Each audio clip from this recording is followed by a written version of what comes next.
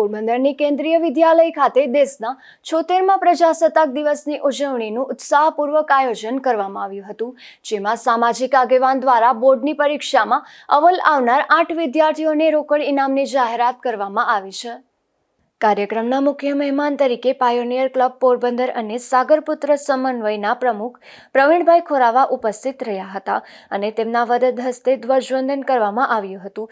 ધ્વજવંદન બાદ પ્રાથમિક અને માધ્યમિક વિભાગના વિદ્યાર્થીઓ દ્વારા દેશભક્તિ હિન્દી કવિતા અને સમૂહ નૃત્ય રજૂ કરવામાં આવ્યું હતું, તેમજ પ્રાથમિક વિભાગના વિદ્યાર્થીઓ દેશભક્તના વેશ ધારણ કરીને આવ્યા હતા। આ તકે મુખ્ય મહેમાન પ્રવીણભાઈ ખોરાવા દ્વારા સત્ર 2023-24માં ધોરણ 6 થી 12 સુધીની પરીક્ષાના પરિણામોમાં સારા માર્ક્સ મેળવનાર વિદ્યાર્થીઓ અને વિભાગીય કક્ષાએ પરીક્ષામાં શ્રેષ્ઠ પરિણામ આપનારા શિક્ષકોનું પુરસ્કાર વિતરણ કરીને સન્માન કરવામાં આવ્યું હતું તથા મુખ્ય મહેમાન પ્રવીણભાઈ ખોરાવા દ્વારા જાહેરાત કરાઈ હતી કે શૈક્ષણિક વર્ષ 2024-25માં જે 8 વિદ્યાર્થીઓ બોર્ડમાં પ્રથમ આવશે તેને ₹11,000 રોકડ પુરસ્કાર રૂપે આપવામાં આવશે। કાર્યક્રમના અંતે તમામ વિદ્યાર્થીઓ અને વાલીઓને મીઠાઈનું વિતરણ કરવામાં આવ્યું હતું।